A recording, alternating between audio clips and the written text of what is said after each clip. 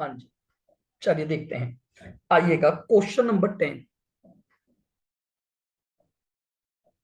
क्या दिक्कत आई या क्या हमारे सामने इसको समस्या आई? देखो इसने क्या बोला है, a bank had booked a forward purchase contract with customer, यानी बैंक का ही व्यू आपको दे रखा है।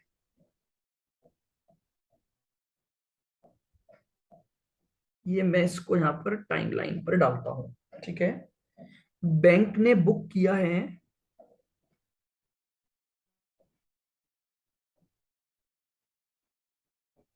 बैंक बुक्ड फॉरवर्ड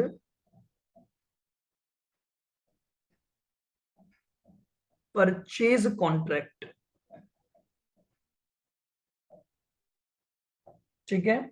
कितना? $250,000, $250,000, और रेट भी दे रखी है at ₹33.50। Delivery due date, delivery due on October 30, जो ड्यू डेट है इसकी,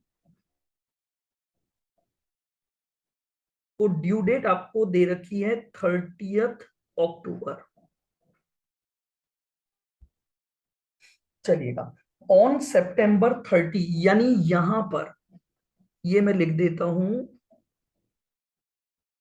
September 30, यानी ड्यू डेट से एक महीने पहले customer approach bank with a request to cancel the contract. यहां पर आ गई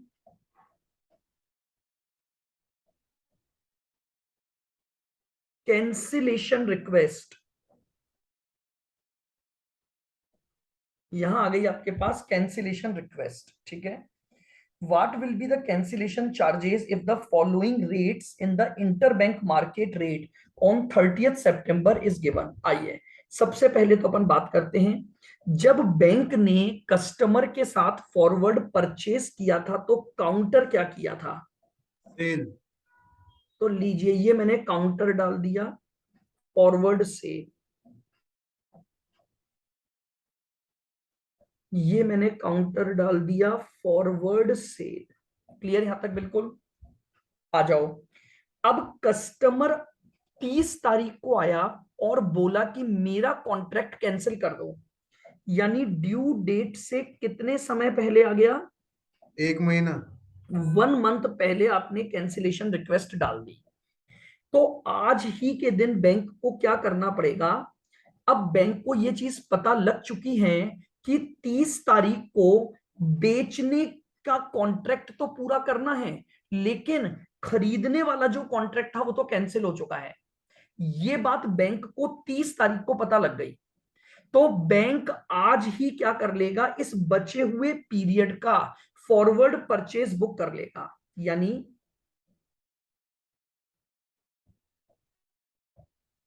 forward purchase contract with market. आप मार्केट के साथ फॉरवर्ड परचेस कॉन्ट्रैक्ट बुक कर दोगे।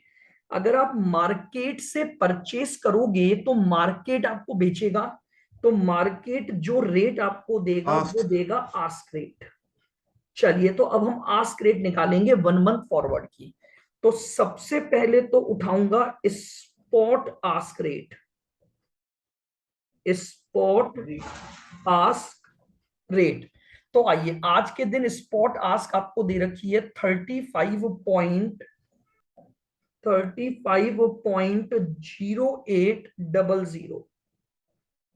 नाउ कितने महीने का फॉरवर्ड हो रहा है? 1 मंथ का। तो मैं इसमें प्लस करूंगा 1 मंथ फॉरवर्ड, 1 मंथ फॉरवर्ड। अब की बार समझना, अब की बार उसने जो फॉरवर्ड के पॉइंट दिए हैं वो पैसे के रूप में दिए हैं। तो पैसे के रूप में दिए हैं तो 15 पैसे डायरेक्ट जुड़ेंगे। अब ये पॉइंट नहीं है, ये पैसा है और ये रुपी है। ₹35.08 में अगर आपको 15 पैसे जोड़ने हैं तो आप 0.0015 नहीं जोड़ोगे। आप समझ रहे हो, ये जो रेट है वो दे रखी है ₹35.08। और अब की बार ये जो फॉरवर्ड है वो पैसों में गिवन है, पॉइंट में गिवन नहीं है। तो इसका मतलब, अब वैसे तो आप क्या करते थे, अगर 15 जोड़ना था तो आप 0.0015 लिखते थे, लेकिन ये 15 पैसे जोड़ने हैं तो पैसे डायरेक्ट जुड़ेंगे। तो ये लीजिए, आपके पास रेट आई 35.2300। सर ये गलती हुई सर हमसे सर। 35.2300 मार्जिन दे रखा है। आस्क रेट है तो प्लस कर दोगे exchange margin at the rate 0.15%। हम इसमें एक्सचेंज मार्जिन को क्या कर देंगे, प्लस कर दो। तो लो 35.23 इंटू 0.15%, 0.0528, 0.0528 हमने इसमें ऐड कर दिया। ये हमारे पास कैंसिलेशन रेट आ गई।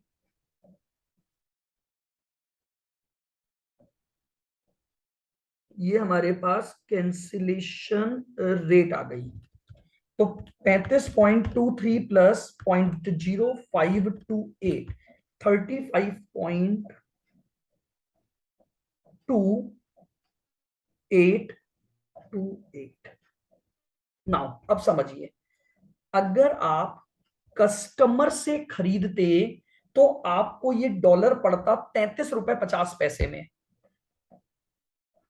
कस्टमर के मना करने की वजह से आप मार्केट में गए और मार्केट से महंगा लाए, तो इसका मतलब आपको लॉस हो गया। तो लीजिए,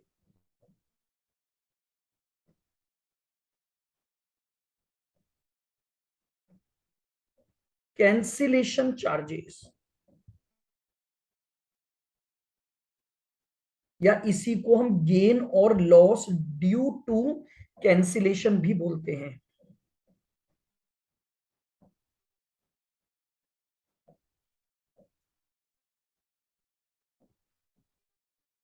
ओरिजिनल रेट आ गई आपकी, कितनी थी, 33.50,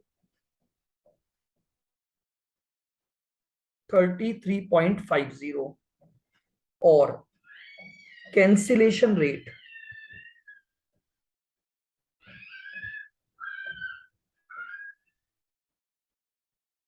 चूंकि ओरिजिनल रेट 2 डिजिट है, मैं इसको भी 2 डिजिट में ले लूंगा, तो 35.28।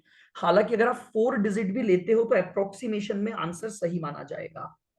तो ये आपका लॉस आ गया, क्योंकि आपको महंगा खरीदना पड़ा। 35.28 माइनस 33.5, तो आपका लॉस आ गया 1.78 पर डॉलर। आपका जो इनवॉइस है वो है $2,50,000। तो लीजिए 1.78 इंटू 250, 4,45,000 का टोटल लॉस आ गया।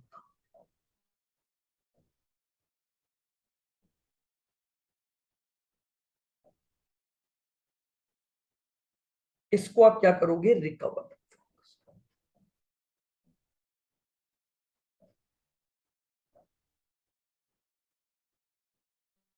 रिकवर्ड फ्रॉम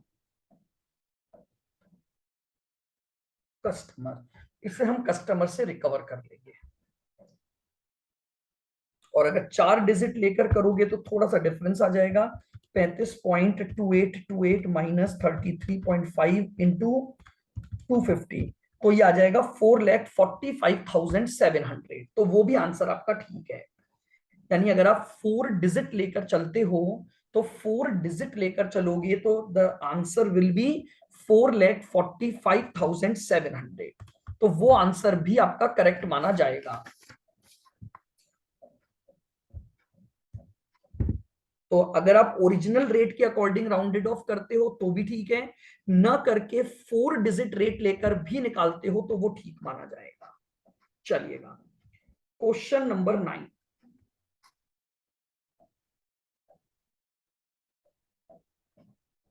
बिल्कुल ध्यान से सुनना इस क्वेश्चन को। A bank enter into a forward purchase TT covering an export bill for Swiss franc 1 lakh at 32.4000। आइएगा हम पहले डायग्राम पर इस चीज को रख देते हैं।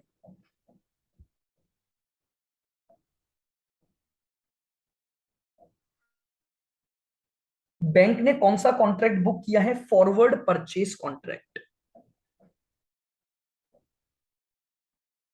Bank booked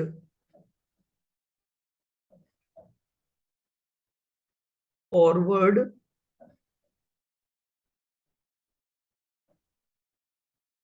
purchase contract. चलिएगा कितना है? 1 लाख स्विस फ्रैंक।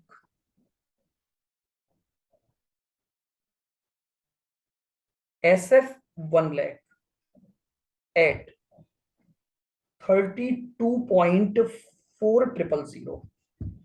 तो देखिएगा अगर यहां पर आपने फॉरवर्ड परचेस किया है तो यहां पर ऑलरेडी काउंटर क्रिएट हो चुका है। यहां ऑलरेडी एक काउंटर क्रिएट हो गया फॉरवर्ड सेल का। चलिए आगे बढ़ते हैं।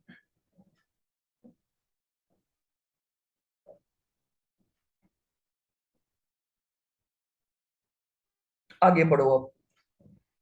And cover itself for the same delivery in the local bank market at 32.4200। तो फॉरवर्ड सेल जो करोगे उसकी भी रेट दे रखी है एट 32.4200। हाउएवर, अच्छा इसकी ड्यू डेट कब थी? ड्यू ऑन 25 अप्रैल। ये इसकी ड्यू डेट है।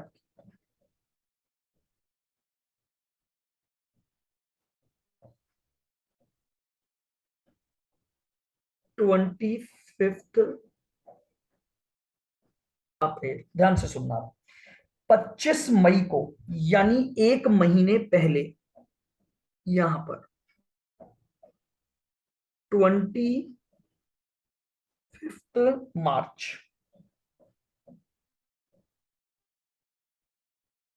25 March the exporter sought for the cancellation of contract. ये आपके कैंसिलेशन की तरफ आ गया कि भैया हाँ अब हम क्या करेंगे, इसको कैंसिल करवाना चाहते हैं। तो ये कैंसिलेशन रिक्वेस्ट आ गई।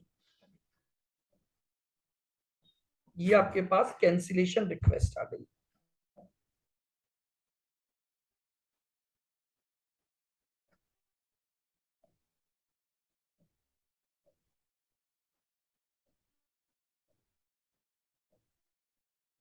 कैंसिलेशन रिक्वेस्ट क्लियर यहां तक? बिल्कुल।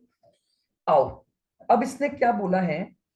In Singapore market the Swiss franc were coated against US dollar. अब एक समस्या हो गई, स्विस फ्रैंक वर्सेस रूपी अवेलेबल ही नहीं है। क्रॉस रेट का क्वेश्चन आ गया वापस से। वो बोल रहा है कि आज के दिन जब हमने 25 मार्च को कैंसिलेशन रिक्वेस्ट डाली उस समय हमारे पास मार्केट में जो रेट है वो है डॉलर वर्सेस स्विस फ्रैंक, उसकी स्पॉट दे रखी है। और फिर एक और दे रखा है inter bank market for the US dollar, जहां पर आपके पास डॉलर वर्सेस रूपी की रेट है। तो दो रेटें आ गई आपके पास, एक रेट है डॉलर वर्सेस स्विस फ्रैंक और एक रेट है डॉलर वर्सेस रूपी। आपको कैंसिलेशन चार्जेस निकालने हैं अगर बैंक का मार्जिन 0.10 है। तो पहले यहां बहुत सारी वर्किंग अब करनी है। अगर 25 मार्च को कैंसिलेशन रिक्वेस्ट डाली, इसका मतलब क्या हुआ? इस कॉन्ट्रैक्ट को पूरा करने के लिए जो परचेज आप करने वाले थे वो कॉन्ट्रैक्ट कैंसिल हो गया। टाइम पीरियड कितना है यहां से यहां के बीच का? 25 मार्च से 25 अप्रैल के बीच में टाइम पीरियड है 1 मंथ। तो आपको क्या करना पड़ेगा? Forward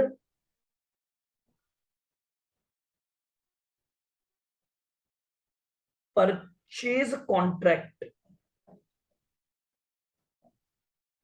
forward purchase contract with market आपको करना पड़ेगा।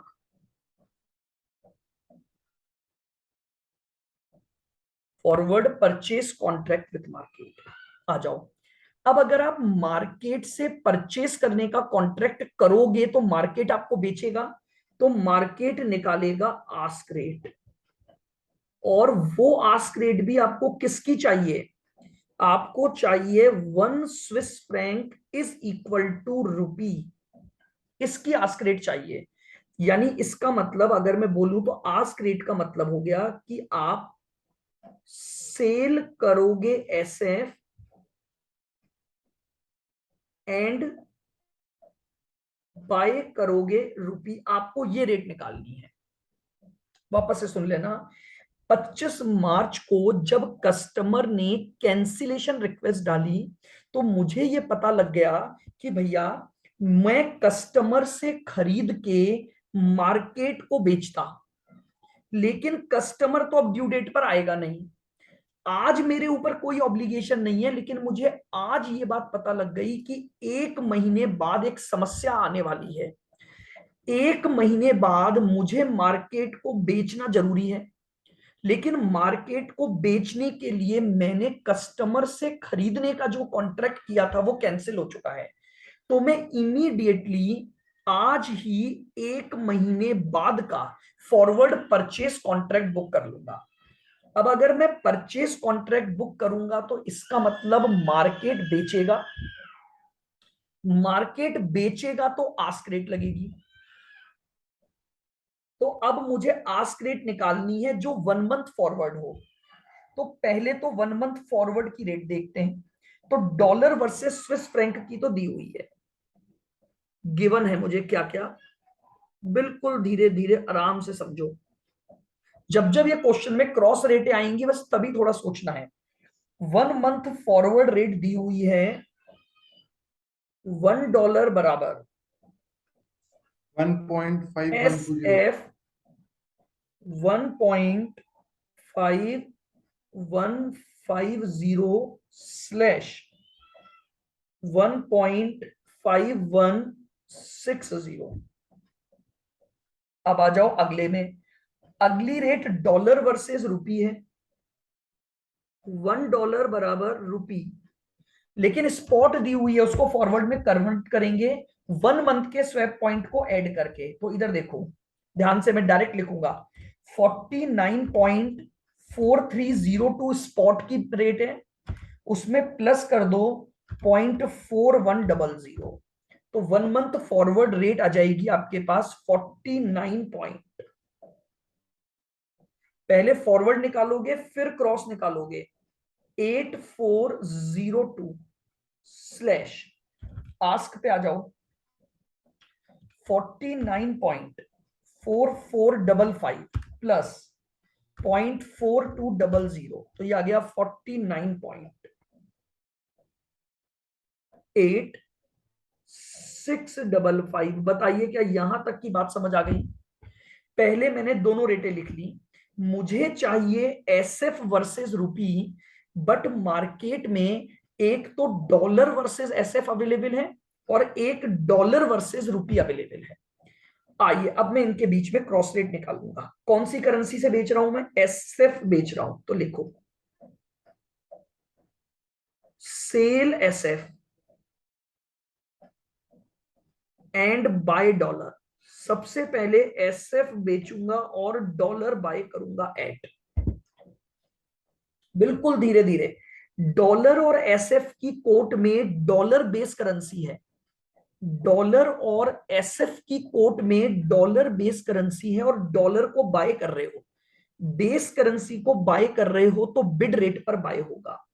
तो रेट आ गई $1 इज इक्वल टू एसएफ 1.5150। वापस से देख लेना, एसएफ बेचूंगा और डॉलर बाय करूंगा, एसएफ बेचूंगा और डॉलर बाय करूंगा।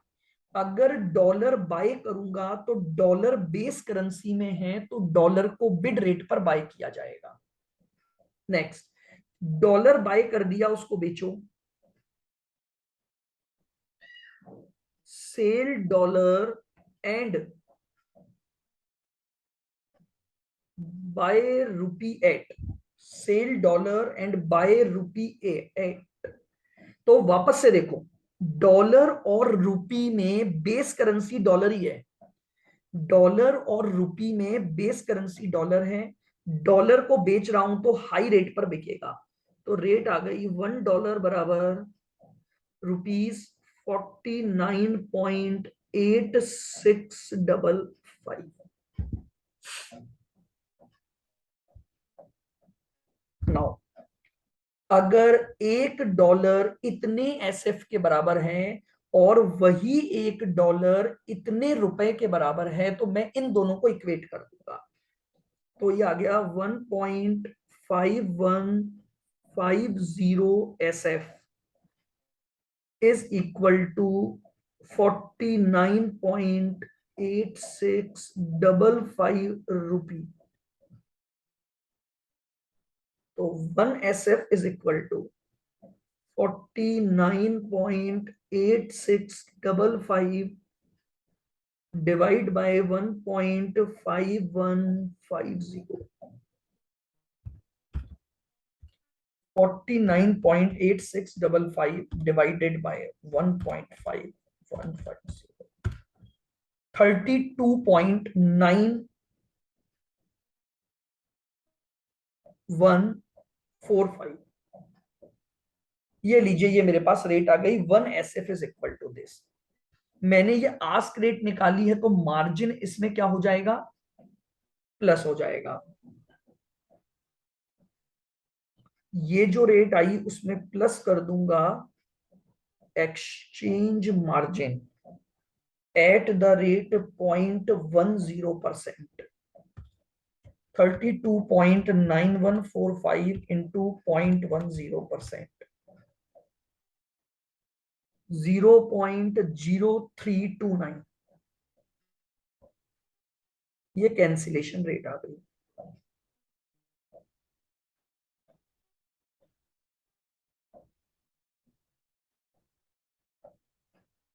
Cancellation rate 32.9145 plus 0.0329, 32.9474। लीजिएगा, बस यही मेजर वर्किंग थी। मुझे क्रॉस रेट निकालनी थी, क्योंकि मुझे पहले जो फॉरवर्ड परचेस करना था उसके लिए पहले तो मैंने दोनों फॉरवर्ड रेटें लिख ली, फिर उनको लेकर मैंने क्या निकाल दी, क्रॉस रेट निकाल दी। अब देखो, अगर आप कस्टमर से खरीदते तो कस्टमर्स को आपको 32.4000 देना पड़ता। अब अगर आप बाजार में गए तो बाजार से आपको 32.947 में पड़ा, तो महंगा पड़ा। तो अब आप गेन और लॉस निकाल लीजिए।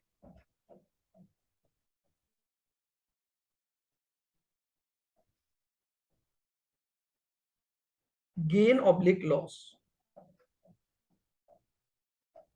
Due to cancellation,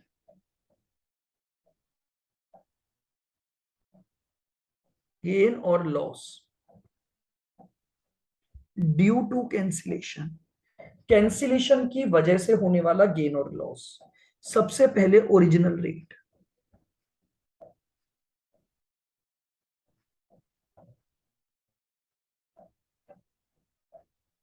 original rate आपको दे रखी है 32.4000। फिर है कैंसिलेशन रेट,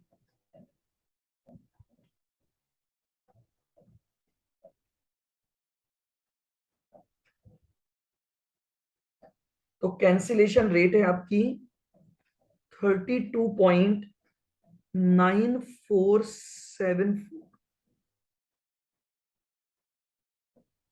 महंगा खरीदने के कारण से लॉस आ गया 32.4।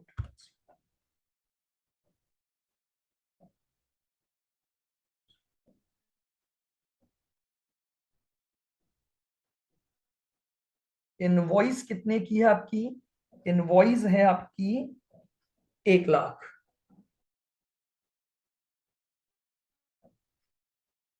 एसएफ 1 लाख।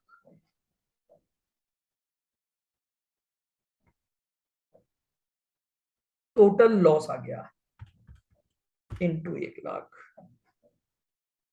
54,740 का लॉस हो गया। लॉस है तो रिकवर्ड फ्रॉम कस्टमर।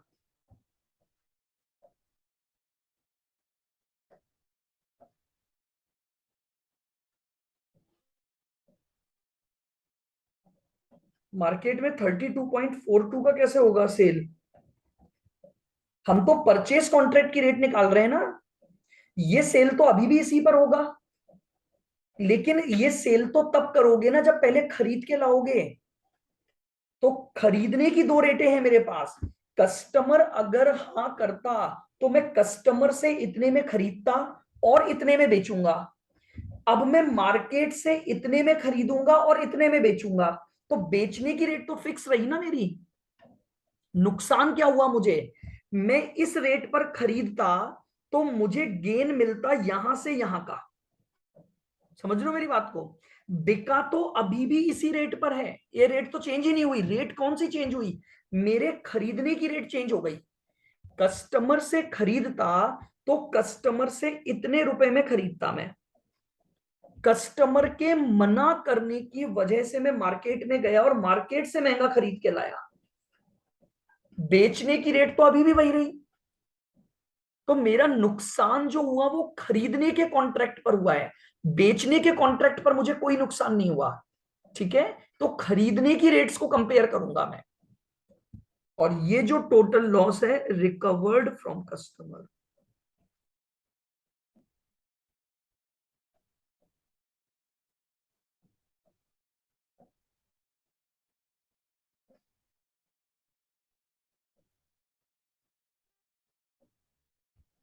ये आ गया हमारे पास रिकवर्ड फ्रॉम कस्टमर।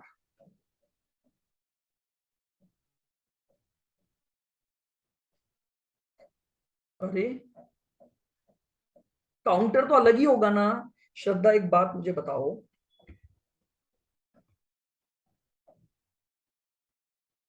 एक बात मुझे बताओ, ये 32.40 आई कैसे होगी? पहले आप ये रेट लाए होगे मार्केट से, कि मार्केट बोल रहा है कि तुम मेरे पास आओगे तो इतने में बेच देना, तो इससे कम रेट पर ही तो आपने कस्टमर के साथ कॉन्ट्रैक्ट किया होगा। ओरिजिनली आप यही तो करते थे। सबसे पहले मार्केट की इंटरबैंक लाते थे, फिर उसे कन्वर्ट करके रेट निकालते थे। तो ये रेट तो हमेशा ज्यादा होगी ना, तभी तो इससे कम आई। क्योंकि आप सस्ते में खरीदोगे और महंगे में बेचोगे, तभी बैंक को प्रॉफिट होगा। अब भी बिकेगा तो इतने में ही। बट प्रॉब्लम क्या आ गई कि आपकी खरीदने की रेट चेंज हो गई। आपकी खरीदने की रेट चेंज हो गई। बेचने की रेट तो अभी भी यही रही, खरीदने की रेट चेंज हो गई। तो खरीदने की रेट चेंज होने की वजह से आपको नुकसान कितना हुआ? 32.40 के बजाय इतने में खरीदना पड़ा, तो नुकसान तो खरीदने पर हुआ ना, बेचने पर नुकसान नहीं हुआ। दो अलग अलग कॉन्ट्रैक्ट हैं ये, एक कस्टमर के साथ एक मार्केट के साथ, दो अलग अलग कॉन्ट्रैक्ट की बातें हो रही हैं।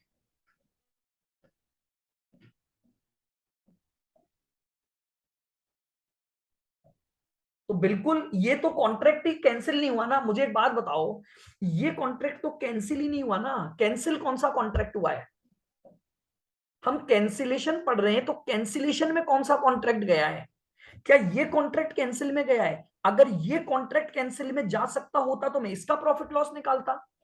कॉन्ट्रैक्ट ये वाला कैंसिल हुआ है, तो इस कैंसिलेशन कॉन्ट्रैक्ट का मुझे क्या निकालना पड़ेगा? प्रॉफिट लॉस निकालना पड़ेगा बस।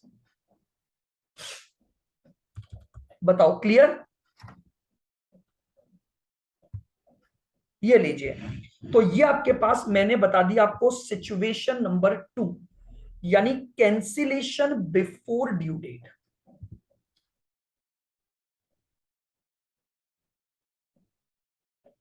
अगर मैं एक बार इन दो बात की समरी लिखूं, हालांकि मैं बाद में बनाऊंगा समरी चार्ट, बट फिर भी एक बार अगर मैं आपको एक समरी चार्ट बताऊं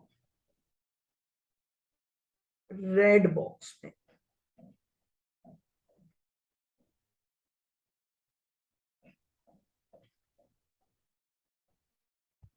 तो रूल जो आपको याद रखना है,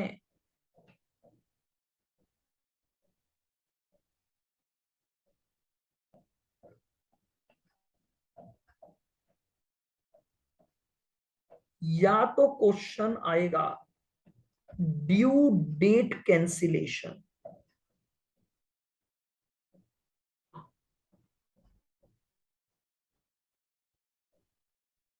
अगर क्वेश्चन ड्यू डेट कैंसिलेशन का आता है तो स्पॉट कॉन्ट्रैक्ट विथ मार्केट होगा हमेशा। स्पॉट कॉन्ट्रैक्ट विथ, ये लीजिए, बस इतना सा रूल है। और अगर आपका क्वेश्चन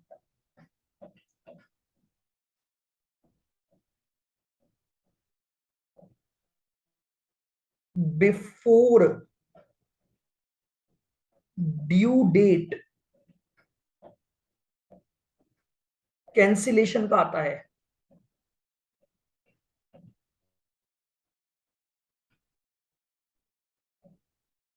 अगर आपका question before due date cancellation का आता है तो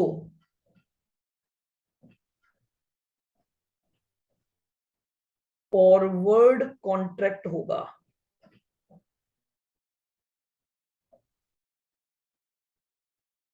विथ मार्केट।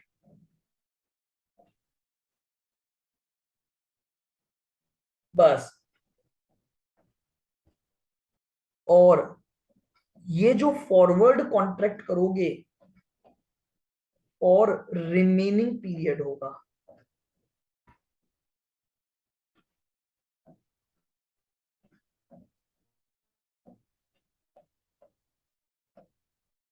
और रिमेनिंग पीरियड होगा।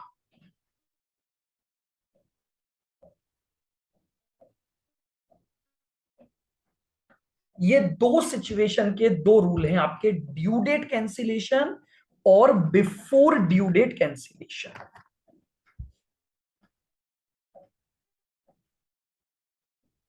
ये दोनों पॉइंट अब मैंने आपको अच्छे से एक्सप्लेन कर दिए हैं।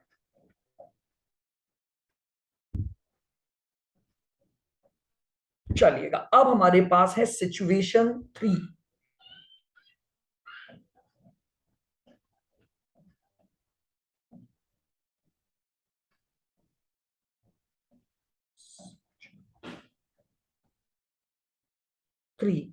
क्या थी?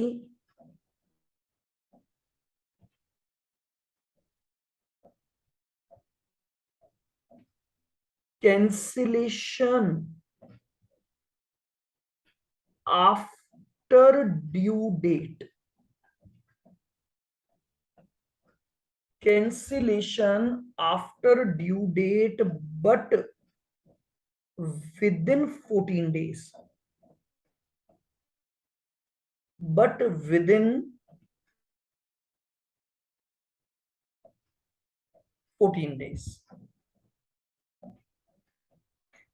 कैंसिलेशन करोगे आफ्टर ड्यू डेट, बहुत ही बढ़िया पॉइंट है अभी, लेकिन वो विद इन 14 डेज हो जाए।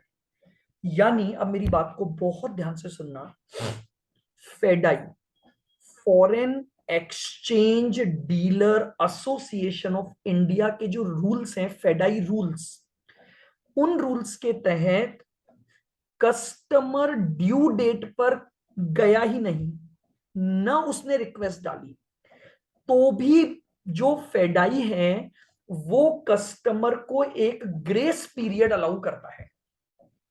वो कस्टमर को एक ग्रेस पीरियड अलाउ करता है कि ड्यू डेट निकल गई, उसके बाद आप तीसरे दिन जाओ, चौथे दिन जाओ, पांचवें दिन जाओ, आठवें दिन जाओ, 10वें दिन जाओ, 12वें दिन जाओ, 14th डे जाओ। 14 दिन का ग्रेस पीरियड दिया गया है फेडाई के द्वारा कि कस्टमर ड्यू डेट के बाद भी जाकर अपने कॉन्ट्रैक्ट को कैंसिल करवा सकता है।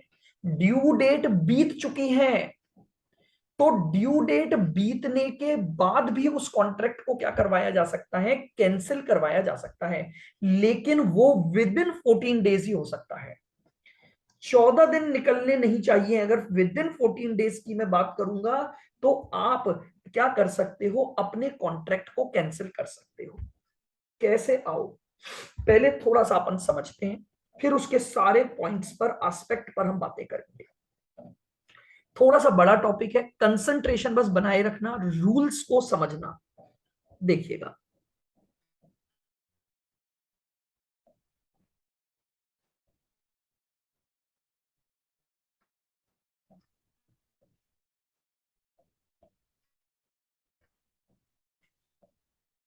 कोई कैलकुलेशन नहीं, मैं सिर्फ सारी चीजों को पहले समझाऊंगा। देखो क्या हुआ, बैंक बुक्ड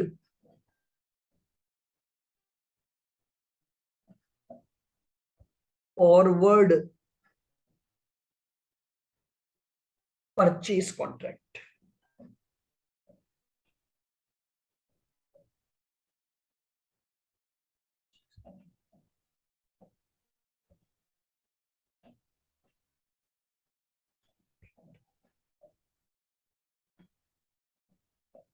$1,00,000 एट,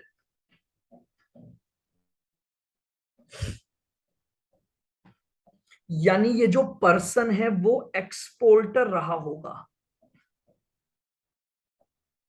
बस इस चैप्टर का सबसे हम कॉन्सेप्चुअल और टेढ़ा जिसे कह सकते हैं वो कॉन्सेप्ट पढ़ रहे हैं। इसके बाद फॉरेक्स में कुछ भी पॉइंट टेढ़ा नहीं है। इस पॉइंट के बाद समझो, अगर बैंक ने फॉरवर्ड परचेस कॉन्ट्रैक्ट किया है तो वो एक्सपोर्टर रहा होगा, क्योंकि एक्सपोर्टर ने माल बेचा होगा, तो एक्सपोर्टर के पास डॉलर आएंगे, वो ये डॉलर ले जाकर बैंक को देगा, तो एक्सपोर्टर डॉलर बेचेगा। बट अगर मैं व्यू पॉइंट ऑफ बैंक बात करूं तो बैंक उस एक्सपोर्टर से डॉलर परचेस करेगा।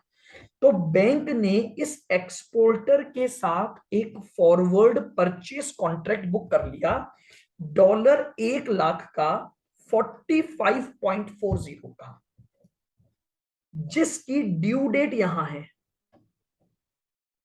जिसकी ड्यू डेट यहां है।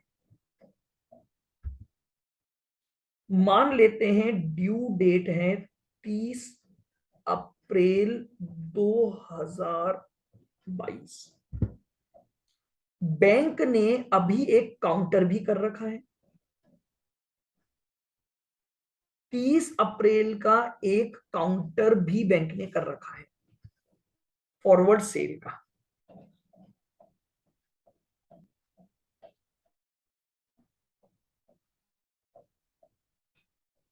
फॉरवर्ड सेल कॉन्ट्रैक्ट एट 46.25 का। बहुत ध्यान से सुनना, इनिशियली क्या हुआ था कि एक कस्टमर बैंक के पास आया, तो बैंक ने सोच रखा था कि मैं कस्टमर से 45 रुपए 40 पैसे 45.40 में परचेज करूंगा, और मार्केट को ले जाकर, फॉरवर्ड सेल कॉन्ट्रैक्ट किसके साथ हुआ था, ये मार्केट के साथ,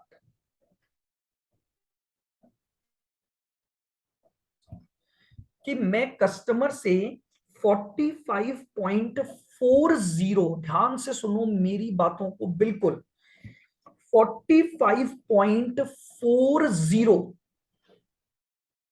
मैं कस्टमर से खरीदूंगा, और ड्यू डेट के दिन ही कस्टमर से खरीदकर इस रेट पर मार्केट को बेच दूंगा। क्या यहां तक की बात समझ आ गई? बिल्कुल सर। अब एक समस्या आ गई, ड्यू डेट का दिन आ गया, ड्यू डेट का दिन आ गया। ड्यू डेट पर क्या करना जरूरी है बैंक के लिए, ये सेल कॉन्ट्रैक्ट पूरा करना जरूरी है। ड्यू डेट के दिन कस्टमर आए चाहे ना आए, चाहे वो रिक्वेस्ट करे चाहे वो कुछ भी बोले, लेकिन बैंक के ऊपर एक लाइबिलिटी है कि बैंक को $1,00,000 यहां पर बेचने हैं। बैंक ने सोच रखा था $1,00,000 45.40 पर परचेस करूंगा और ले जाकर मैं मार्केट में 46.25 पर बेच दूंगा। ड्यू डेट आ गई। ड्यू डेट के दिन बैंक जो है, ड्यू डेट के दिन बैंक इंतजार कर रहा है कि कस्टमर आएगा या कस्टमर रिक्वेस्ट लाएगा। ड्यू डेट के दिन बैंक इंतजार कर रहा है कि कस्टमर आएगा और आके मेरे को प्रॉफिट दिलाएगा। दिन बीत गया,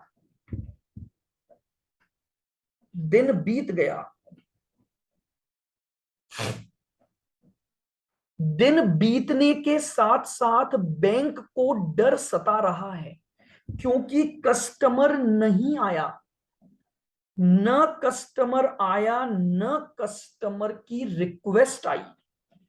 अभी तक तो रिक्वेस्ट आ जाती थी, लेकिन आज तो कस्टमर की रिक्वेस्ट भी नहीं आई। बैंक क्या बोल रहा है? इंतहा हो गई इंतजार की, आई ना कुछ खबर मेरे यार की। बैंक बोल रहा है ड्यू डेट का दिन बीतता जा रहा है, अब तो इंतजार करने की इंतहा हो चुकी है, लेकिन मेरे इस कस्टमर की कोई खबर नहीं आ रही है। तो बैंक बोल रहा है इंतहा हो गई इंतजार की, आई ना कुछ खबर मेरे यार की। लेकिन कस्टमर तो आया ही नहीं। न कस्टमर ने रिक्वेस्ट डाली क्योंकि कस्टमर को फेडाई का रूल पता था कि मैं ड्यू डेट के बाद भी जा सकता हूं। कस्टमर घर पे बैठा चाय समोसे के मजे ले रहा है और बैंक इंतजार कर रहा है। कस्टमर घर पे बैठा चाय समोसे के मजे ले रहा है और बैंक इंतजार कर रहा है, कस्टमर नहीं आया, नहीं आया, नहीं आया। ना उसने रिक्वेस्ट डाली। अब क्या करें? अब क्या करें? आओ।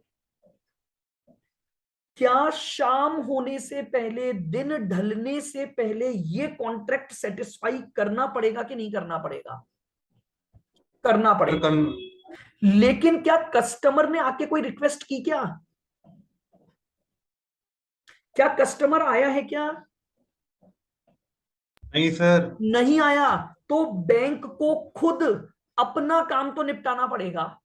उसे पता ही नहीं कस्टमर के साथ क्या घटनाएं घटित हो गई, तो बैंक को अपना काम तो निपटाना पड़ेगा। बैंक इमीडिएटली स्पॉट मार्केट में जाएगा, स्पॉट कॉन्ट्रैक्ट करेगा।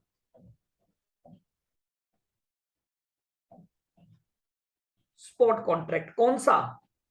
Purchase. Spot contract purchase with market. वापस से सुन लेना, शाम हो गई है, बैंक को क्लोजिंग करना है, तो बैंक को बेचना जरूरी है। अब अगर कस्टमर रिक्वेस्ट ले आता तो बैंक उस तरह से सोचता, लेकिन कस्टमर तो रिक्वेस्ट लाया ही नहीं, पता ही नहीं है, तो भी बैंक को इस काम को तो खत्म करना है, इस सेल को तो पूरा करना पड़ेगा। और इस सेल को पूरा करने के लिए इमीडिएटली, क्योंकि आज ही के दिन बेचना है, इमीडिएटली मार्केट में जाके खरीद लाओ। बोलो, क्या यहां तक की बात समझ आ गई? क्या यहां तक की बात समझ आ गई? सभी जने बताओ, मैं फिर बोल रहा हूं, बहुत ही इंपॉर्टेंट कॉन्सेप्ट है ये। इमीडिएटली स्पॉट मार्केट में जाना पड़ेगा और स्पॉट मार्केट में जाके खरीद के ले आओ, खरीद के ले आओ और ले जाकर इस रेट पर बेच दो, काम खत्म करो, आप तो मुक्त हो जाओ।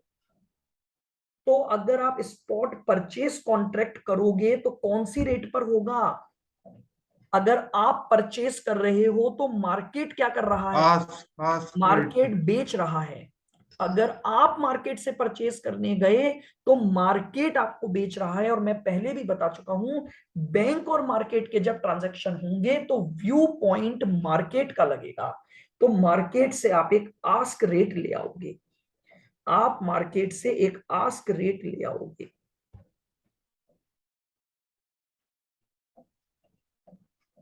बिल्कुल समझते चलना, जहां अटको वहीं रोक देना। मैं कोई कैलकुलेशन आज नहीं करवा रहा हूं, सिर्फ समझा रहा हूं, एक कॉन्सेप्ट डाल रहा हूं, कितने सारे कॉन्ट्रैक्ट क्या क्या हो रहे हैं। आ जाओ, अब सुनो।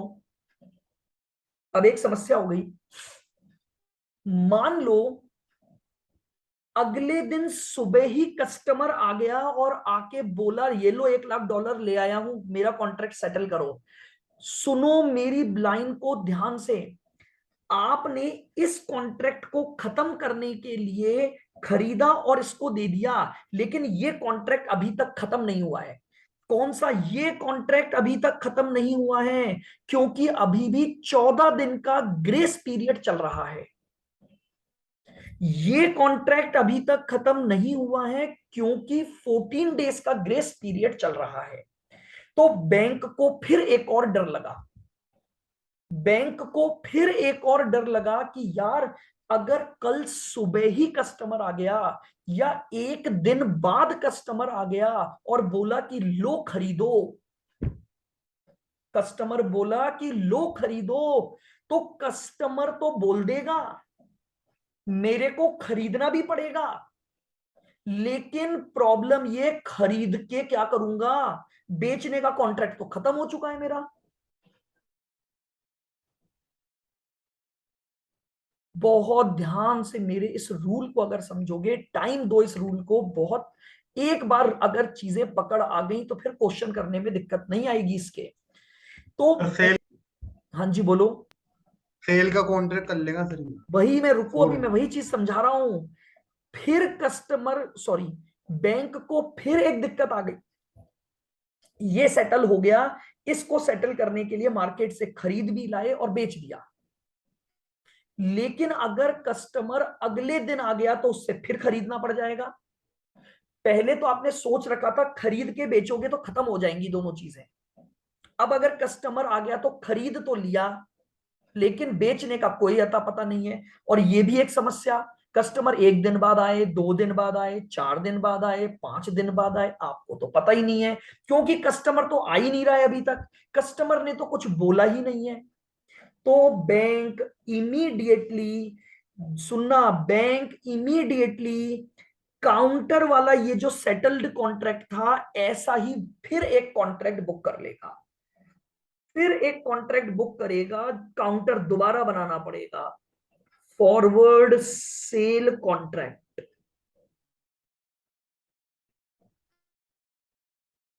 फॉरवर्ड सेल कॉन्ट्रैक्ट विथ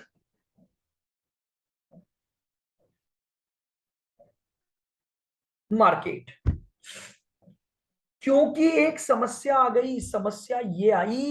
कि समस्या ये आई कि अगर अगले ही दिन कस्टमर आ गया तो कस्टमर से तो खरीद लोगे, बट बेचने का कॉन्ट्रैक्ट तो कर ही नहीं रखा। एक रूल और आज याद रख लेना, जब तक ये कॉन्ट्रैक्ट खत्म नहीं होगा, काउंटर हमेशा एग्जिस्ट करना चाहिए। फिर देखो, परचेस का काउंटर किया था सेल, बोलो हाँ के ना। परचेस के इस कॉन्ट्रैक्ट का काउंटर किया था सेल, बोलो हाँ के ना। Yes sir, yes sir. Sale खत्म हो गया तो ये ओपन हो गया वापस। Yes sir. ये खत्म हो गया तो ये ओपन हो गया, तो दोबारा काउंटर बनाओ। हाँ सर। ये ओपन हो गया तो दोबारा काउंटर बनाओ। यानी ड्यू डेट के दिन बैंक को एक साथ दो काम करने पड़ेंगे।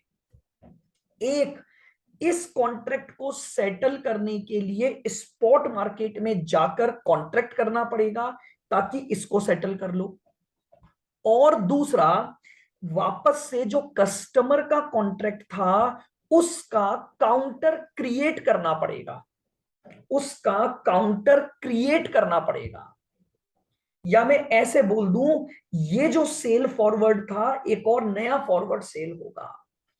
अगर आप मार्केट के साथ फॉरवर्ड सेल कर रहे हो तो मार्केट खरीद रहा होगा, तो मार्केट किस रेट पर खरीदेगा?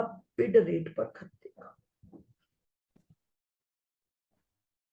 अभी यहां पर एक क्वेश्चन मार्क है, ये फॉरवर्ड कॉन्ट्रैक्ट कितने पीरियड का करूंगा? अभी मैंने ये नहीं बताया, मैं अभी सिर्फ आपको कॉन्ट्रैक्ट्स समझा रहा हूं बस। मैं अभी आपको सिर्फ कॉन्ट्रैक्ट समझा रहा हूं। तो मैं ये बोल रहा हूं कि कस्टमर का ये परचेज कॉन्ट्रैक्ट ओपन होने की वजह से आपको दोबारा काउंटर बनाना पड़ेगा और वापस से एक फॉरवर्ड सेल कॉन्ट्रैक्ट करना पड़ेगा। बताइए, अगर यहां तक की बात आपको समझ आ गई है तो मुझे बताओ सबको। अभी मैं सिर्फ ड्यू डेट पर खड़ा हूं, अभी बाद का क्या किया कस्टमर ने मुझे नहीं पता। ड्यू डेट पर जो कॉन्ट्रैक्ट मैं करूंगा वो मैंने आपको बता दिया। फॉरेक्स की फेडाई रूल्स की भाषा में सुनना, जब बैंक एक पर्टिकुलर डे पर, जब बैंक एक पर्टिकुलर डे पर मार्केट के साथ दो कॉन्ट्रैक्ट करता है, जब बैंक एक पर्टिकुलर डेट पर मार्केट के साथ दो कॉन्ट्रैक्ट करता है, इन कॉन्ट्रैक्ट को बोला जाता है स्वैप कॉन्ट्रैक्ट्स। इन कॉन्ट्रैक्ट्स को बोला जाता है स्वैप कॉन्ट्रैक्ट्स। Swap contracts. जब जब बैंक एक सिंगल डे पर मार्केट के साथ दो कॉन्ट्रैक्ट करता है, तो इन कॉन्ट्रैक्ट को फाइनेंस की टेक्निकल टर्म्स में बोला जाता है स्वैप कॉन्ट्रैक्ट्स। क्या बोला जाता है? Swap contracts. अब आपके पास इन स्वैप कॉन्ट्रैक्ट्स, और एक और बात, क्या मुझे ये बताओ ड्यू डेट पर क्या कस्टमर आया था क्या, या कस्टमर की कोई रिक्वेस्ट आई थी क्या? नहीं सर, नहीं सर। नहीं आई। तो फिर एक बात याद रख लेना, स्वैप कॉन्ट्रैक्ट्स केवल और केवल आईबीआर पर किए जाते हैं, मर्चेंट रेट नहीं निकालोगे इनके लिए। Only at IBR, only at interbank rate. कितनी कितनी कहानियां हैं देखो। ये सब चीजें जब याद रखते हैं तब एफएम का पेपर अच्छा जाता है, भूले तो सब गया। ये दो कॉन्ट्रैक्ट कस्टमर के बोलने पर नहीं हुए हैं। कस्टमर ने तो न रिक्वेस्ट डाली न वो आया, ये तो बैंक खुद कर रहा है। तो ये जो स्वैप कॉन्ट्रैक्ट हैं जो आप मार्केट के साथ कर रहे हो, ये केवल और केवल इंटरबैंक रेट पर होंगे। इनके लिए कोई मर्चेंट रेट नहीं निकालोगे। दोनों कॉन्ट्रैक्ट की जो रेट ली जाएगी वो इंटर बैंक रेट ली जाएगी।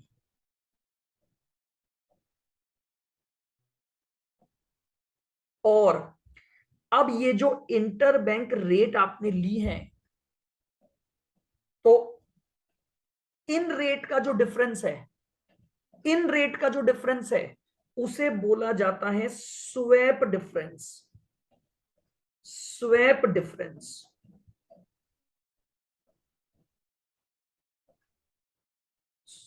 स्वैप डिफरेंस बोला जाता है। किसको बोला जाता है? ये जो दो कॉन्ट्रैक्ट आपने किए जिनका नाम है स्वैप कॉन्ट्रैक्ट्स, इनमें दो रेट हैं आपके पास। इनमें दो रेट हैं आपके पास। इन रेट को इंटरबैंक रेट बोलेंगे, और इनके बीच का जो गैप होगा वो होगा स्वैप डिफरेंस। या तो होगा स्वैप का लॉस या होगा स्वैप गेन।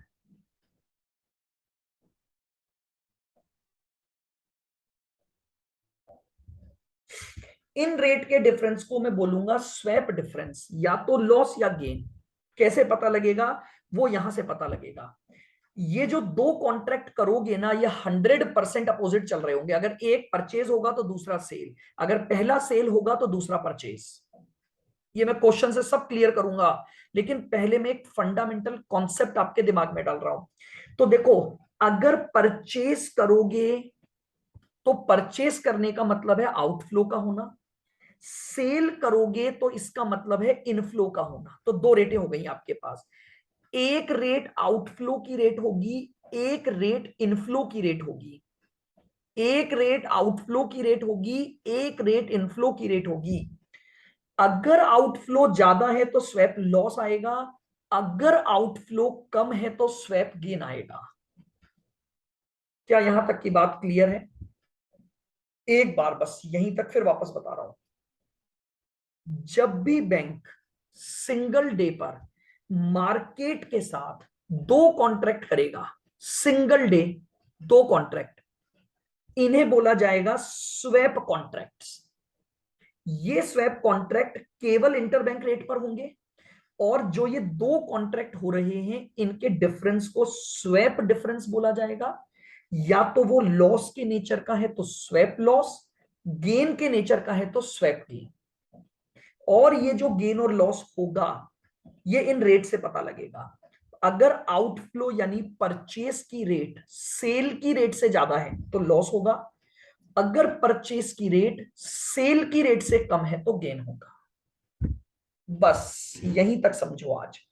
ये पूरा चार्ट आपको समझना है, किस तरह से कॉन्ट्रैक्ट। अभी तो मैं ड्यू डेट पर ही खड़ा हूं, कोई कस्टमर की रिक्वेस्ट नहीं आई, कुछ नहीं आया। यहां मुझे कैलकुलेशन करनी पड़ेगी, स्वैप कॉन्ट्रैक्ट्स ढूंढने पड़ेंगे, और उन स्वैप कॉन्ट्रैक्ट की वजह से गेन या लॉस निकालना पड़ेगा कि स्वैप का लॉस हुआ या स्वैप का गेन हुआ।